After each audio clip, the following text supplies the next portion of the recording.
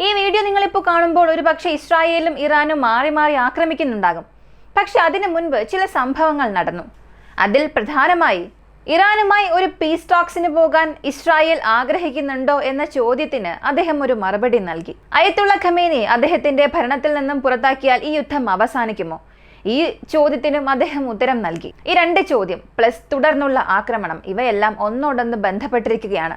എന്ത് സംഭവിച്ചുവെന്ന് ഈ വീഡിയോയിലൂടെ വിശദമായി അറിയാം.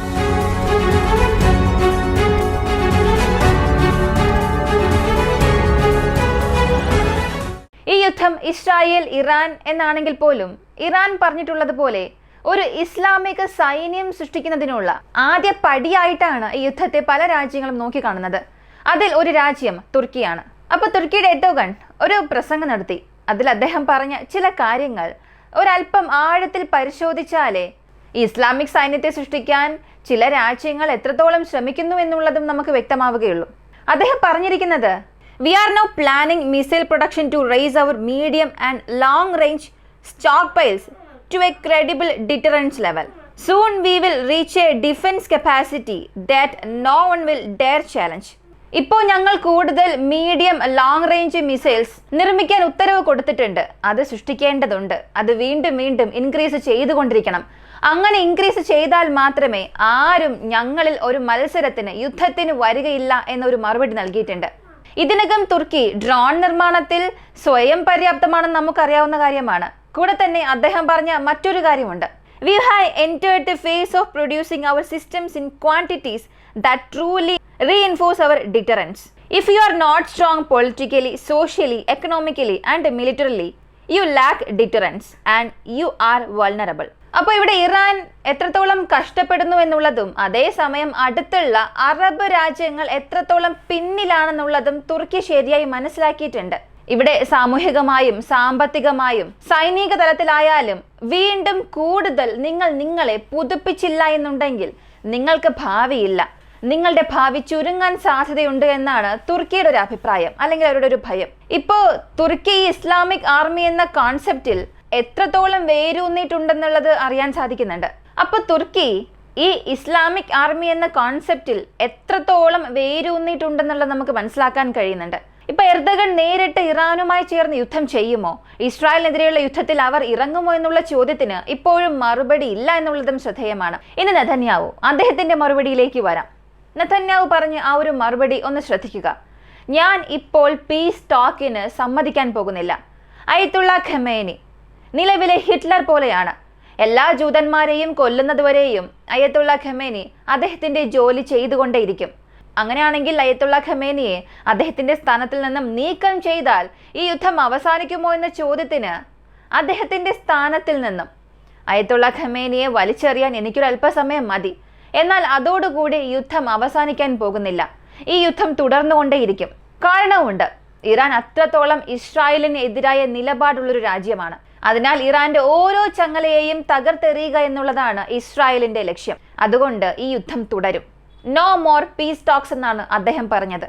അങ്ങനെയാണെങ്കിൽ നെതന്യാഹു പീസ് ടോക്കിന് സമ്മതം അറിയിച്ചിട്ടേയില്ല. അതേസമയം ഹമാസുമായുള്ള യുദ്ധം അവസാനിപ്പിച്ചോ എന്ന് ചോദിച്ചാൽ അതും ഇല്ല. മൾട്ടി ഫ്രണ്ട് യുദ്ധത്തിലാണ് ഞങ്ങൾ ഇപ്പോഴുള്ളത്. പല രാജ്യങ്ങളുമായി ഒറ്റയ്ക്ക് യുദ്ധം ചെയ്യുകയാണ് ഞങ്ങൾ. അതിൽ എപ്പോഴും വിജയിക്കും എന്നുള്ള ഉദ്ദേശത്തോടു കൂടി തന്നെയാണ് ഈ യുദ്ധം തുടർന്നുകൊണ്ടിരിക്കുന്നത്. അപ്പൊ അയത്തുള്ള ഖമേനിയെ നിലവിലെ ഹിറ്റ്ലർ എന്ന് പറഞ്ഞത് ഇസ്രായേലിന്റെ അല്ലെങ്കിൽ നെതന്യാഹുവിന്റെ ഒരു വളരെ ശക്തമായൊരു നിലപാടെന്ന് വേണമെങ്കിൽ പറയാം. ഇന്ന് ലൈവായി ഇറാന്റെ ബ്രോഡ്കാസ്റ്റ് IRIB ഇവരുടെ ഒരു ബ്രോഡ്കാസ്റ്റിംഗ് സംഭവിച്ചുകൊണ്ടിരിക്കുകയാണ്. ലൈവ് അവിടെ നടന്നുകൊണ്ടിരിക്കുകയാണ്.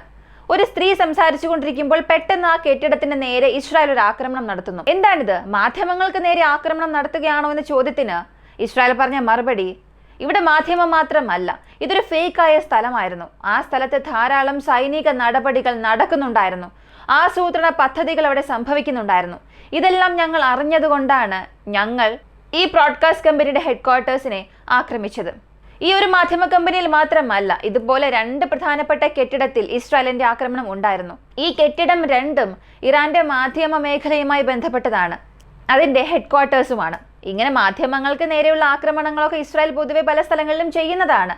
അതിപ്പോൾ ഗാസ ആയിക്കോട്ടെ, അവിടെയുള്ള ഒരു ആശുപത്രിയെ പോലും അവർ അറ്റാക്ക് നടത്തിയിരുന്നു. ആ ആശുപത്രിയിലും തീവ്രവാദികൾ ഉണ്ടായിരുന്നുവെന്നാണ് ഇസ്രായേൽ പറഞ്ഞത്. അതുപോലെ തന്നെ ഇറാനെതിരെ ഇസ്രായേൽ ഒരുപാട് സ്ഥലങ്ങളിൽ ഇൻഫ്രാസ്ട്രക്ചർ ആക്രമണങ്ങൾ നടത്തുന്നുണ്ട്. ഇപ്പോൾ ഒരു സംശയം വരാം, എന്തുകൊണ്ട് മാധ്യമങ്ങളിൽ നിന്നും ഇസ്രായേൽ ഇത് സ്റ്റാർട്ട് ചെയ്തു എന്ന്. ഇറാനിൽ എന്ത് സംഭവിച്ചാലും അത് ആദ്യം പുറത്തു വരുന്നത് മാധ്യമങ്ങളിലൂടെയാണ്. അപ്പോൾ അതിനെ തന്നെ നശിപ്പിക്കുകയാണെങ്കിൽ ഇറാനുള്ളിൽ എന്ത് സംഭവിക്കുന്നു എന്നുള്ളത് പുറം ലോകം അറിയില്ല, ആർക്കും ആരോടും പറയാൻ സാധിക്കില്ല. റേഡിയോ സ്റ്റേഷൻ ഉണ്ട്, അവിടെയും ഒരു അറ്റാക്ക് സംഭവിച്ചിട്ടുണ്ട്. ഇസ്രായേലിന്റെ ചാനൽ 12, ചാനൽ 14 ഇവിടങ്ങളിലെ സ്റ്റാഫുകൾ പെട്ടെന്ന് തന്നെ അവിടെ വിട്ടു പോകാൻ ആവശ്യപ്പെട്ടിട്ടുണ്ട്. കാരണം ഇറാന്റെ ഒരു തിരിച്ചടി ഒരു പക്ഷേ ചാനൽ 12, 14 നേരെ ഉണ്ടാകുമെന്നുള്ള ഒരു ഭയമുള്ളത് കൊണ്ട്. അതുകൊണ്ട് അവിടെയുള്ളവരുടെ ജോലിക്കാരെ എല്ലാം പുറത്താക്കാൻ ആവശ്യപ്പെട്ടിട്ടുണ്ട്. അടുത്ത നോർത്തേൺ ഇസ്രായേൽ മുഴുവനും റെഡ് അലേർട്ടാണ്. എല്ലാ സ്ഥലങ്ങളിലും സൈറൻ മുഴങ്ങിക്കൊണ്ടിരിക്കുകയാണ്. അതിന്റെ ഇമേജ് ആണ് ഇപ്പോൾ നിങ്ങൾ കണ്ടുകൊണ്ടിരിക്കുന്നത്. ഇറാൻ ഇന്റർനാഷണൽ, ഇത് വളരെ പ്രധാനപ്പെട്ടതാണ്. ഒരുപാട് ട്വിസ്റ്റ് നിറഞ്ഞ ഒരു വാർത്തയും കൂടെയാണ്. ഈ ഇറാൻ ഇന്റർനാഷണൽ എന്നത് ഇറാൻ ഒപ്പോസിഷൻ ചാനലാണ്. ഇപ്പോഴുള്ള അയത്തുള്ള ഖമേനിക്ക് എതിരെ രജിസ്റ്റർ ചെയ്യുന്ന ഒരു ചാനലാണ് ഈ ഇറാൻ ഇന്റർനാഷണൽ ചാനൽ. ഇതിൽ നെതന്യാഹു, ഇസ്രായേലിന്റെ പ്രധാനമന്ത്രി നെതന്യാഹുവിന്റെ ഒരു അഭിമുഖം സംപ്രേഷണം ചെയ്യാൻ പോവുകയാണ്. ഇപ്പോഴുള്ള അയത്തുള്ള ഖമേനിക്കെതിരെ ഇറാൻ ഇന്റർനാഷണൽ നെതന്യാഹുവിന്റെ ഈ ഒരു വീഡിയോ സംപ്രേഷണം ചെയ്യാൻ പോകുന്നുവെന്നുള്ള വിവരം ഇറാനിലുടനീളം കാട്ടുതീ പോലെ പടർന്നു. ഇതിനിടെ ഇസ്രായേലിന്റെ പ്രസിഡന്റ് ഇറാനെ കുറിച്ചുള്ള ഒരു വിമർശനവും നടത്തി. അടുത്ത ചില ദിവസത്തിൽ ഇറാൻ അമേരിക്കയുമായി ഒരു ചർച്ച നടത്തും. അങ്ങനെ ഇറാൻ അമേരിക്കയുമായി ഒരു ചർച്ച നടത്തി കൂളിംഗ് പീരീഡ് ഉണ്ടാക്കുകയും ആ പീരീഡിനിടയ്ക്ക് ഇറാൻ തങ്ങളെ തന്നെ ശക്തിപ്പെടുത്തും. എന്നിട്ട് വീണ്ടും ഇസ്രായേലിനെതിരെയുള്ള ആക്രമണം അഴിച്ചുവിടും. അതുകൊണ്ട് ഇസ്രായേൽ ഇപ്പോഴത്തേക്ക് ഇറാനുമായി ഒരു ചർച്ച നടത്തില്ല. അമേരിക്കയുമായുള്ള ഒരു സംഭാഷണം അല്ലെങ്കിൽ ഒരു സീസ് ഫയർ, ഇറാനെ ഞങ്ങളിപ്പോൾ ആക്രമിക്കാൻ പോകുന്നില്ല എന്നുള്ള ഒരു ചെറിയ കാല സമാധാനം അല്ലെങ്കിൽ സീസ് ഫയർ, താൽക്കാലികമായി ഒന്നും തന്നെ ഇവിടെ ആവശ്യമേ ഇല്ല എന്നാണ് ഇസ്രായേൽ പറഞ്ഞിരിക്കുന്നത്. അപ്പോൾ ഇറാൻ അമേരിക്ക ഇവരുടെ ഈ ഒരു ഡിസ്കഷൻസ് ഇറാനെ പുതുപ്പിക്കാൻ വേണ്ടിയാണ്, ഇറാന്റെ സ്റ്റോക്ക് പൈൽസിനെ അപ്ഗ്രേഡ് ചെയ്യാൻ വേണ്ടിയാണ്. ഇങ്ങനെയാണ് ഇസ്രായേൽ വിശ്വസിക്കുന്നത്. അതുകൊണ്ടാണ് ഇസ്രായേൽ ഒരു പീസ് ടോക്കിനെ വരില്ല എന്ന് പറഞ്ഞതിന്റെ കാരണം. ചൈനയിൽ നിന്നും 2 കാർഗോ ഫ്ലൈറ്റ് വീണ്ടും ഇറാനുള്ളിലേക്ക് വന്നിട്ടുണ്ട്. ഇറാനുള്ളിൽ വരുന്നതിന് മുൻപ് അവരുടെ ട്രാക്കിംഗ് സിഗ്നൽസ് എല്ലാം അവർ ഓഫ് ചെയ്തിട്ടുണ്ട്. ഈ കാർഗോ പ്ലെയിൻസിലും ചൈനയിൽ നിന്ന് ഇറാൻ ആവശ്യമായി ആയുധങ്ങൾ വന്നിട്ടുണ്ടാകുമോ എന്നുള്ള ഒരു അന്വേഷണം നടക്കുമെന്നും അമേരിക്ക അവരുടെ വാർത്തകൾ പുറത്തുവിട്ടിട്ടുണ്ട്. ഇവിടെ ചൈനയുടെ കാർഗോ പ്ലെയിൻസ് അധികമായും ഇറാനിൽ വന്നിറങ്ങുന്നുണ്ട്. ഇതിപ്പോൾ 5ാമത്തെ ഫ്ലൈറ്റ് ആണ്. അപ്പോൾ ഒരുപാട് സഹായം ചൈന ഇറാന് വേണ്ടി ചെയ്തുകൊണ്ടിരിക്കുകയാണ്. ഇവിടെ നമ്മൾ മറ്റൊരു കാര്യം അറിയേണ്ടത്, ചൈന ഇപ്പൊ തന്നെ നിങ്ങൾക്ക് തൈവാൻ അറ്റാക്ക് ചെയ്യാൻ പാടില്ലേ എന്നുള്ളതാണ് ഈ വാർത്തയുടെ ഒരു സാരാംശം. വീണ്ടും ഒരു യുദ്ധത്തെ ലോകരാജ്യങ്ങൾ താങ്ങുമോ എന്നുള്ളൊരു ചോദ്യം നിങ്ങളോട് തന്നെ ഞാൻ ചോദിക്കുകയാണ്. ഇപ്പോഴത്തേക്ക് ഇറാൻ ഇസ്രായേലുമായി ചർച്ചകൾ നടത്താൻ പോകുന്നില്ല.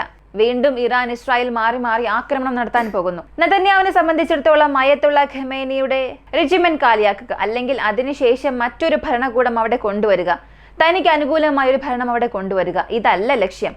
പൂർണ്ണമായും ഇസ്രായേലിനെതിരെ ആരും ചിന്തിക്കാൻ പോലും പാടില്ല. ഇതാണ് ഇസ്രായേലിന്റെ ഇപ്പോഴുള്ള ഒരു ലക്ഷ്യം. തുർക്കി ഇസ്ലാമിക് ആർമി സൃഷ്ടിക്കാനുള്ള ഒരു തയ്യാറെടുപ്പിലാണ്. ഇങ്ങനെ ഒരുപാട് അപ്ഡേറ്റ്സ് നമ്മൾ അറിഞ്ഞു. ഇതിനെക്കുറിച്ചുള്ള നിങ്ങളുടെ അഭിപ്രായങ്ങൾ കമന്റിൽ പ്രതീക്ഷിക്കുന്നു. കൂടുതൽ അപ്ഡേറ്റ്സിനായി വോയിസ് ഓഫ് ഇന്ത്യ എന്ന നമ്മുടെ ചാനൽ സബ്സ്ക്രൈബ് ചെയ്യുക. മറ്റൊരു വീഡിയോയുമായി വീണ്ടും കാണാം.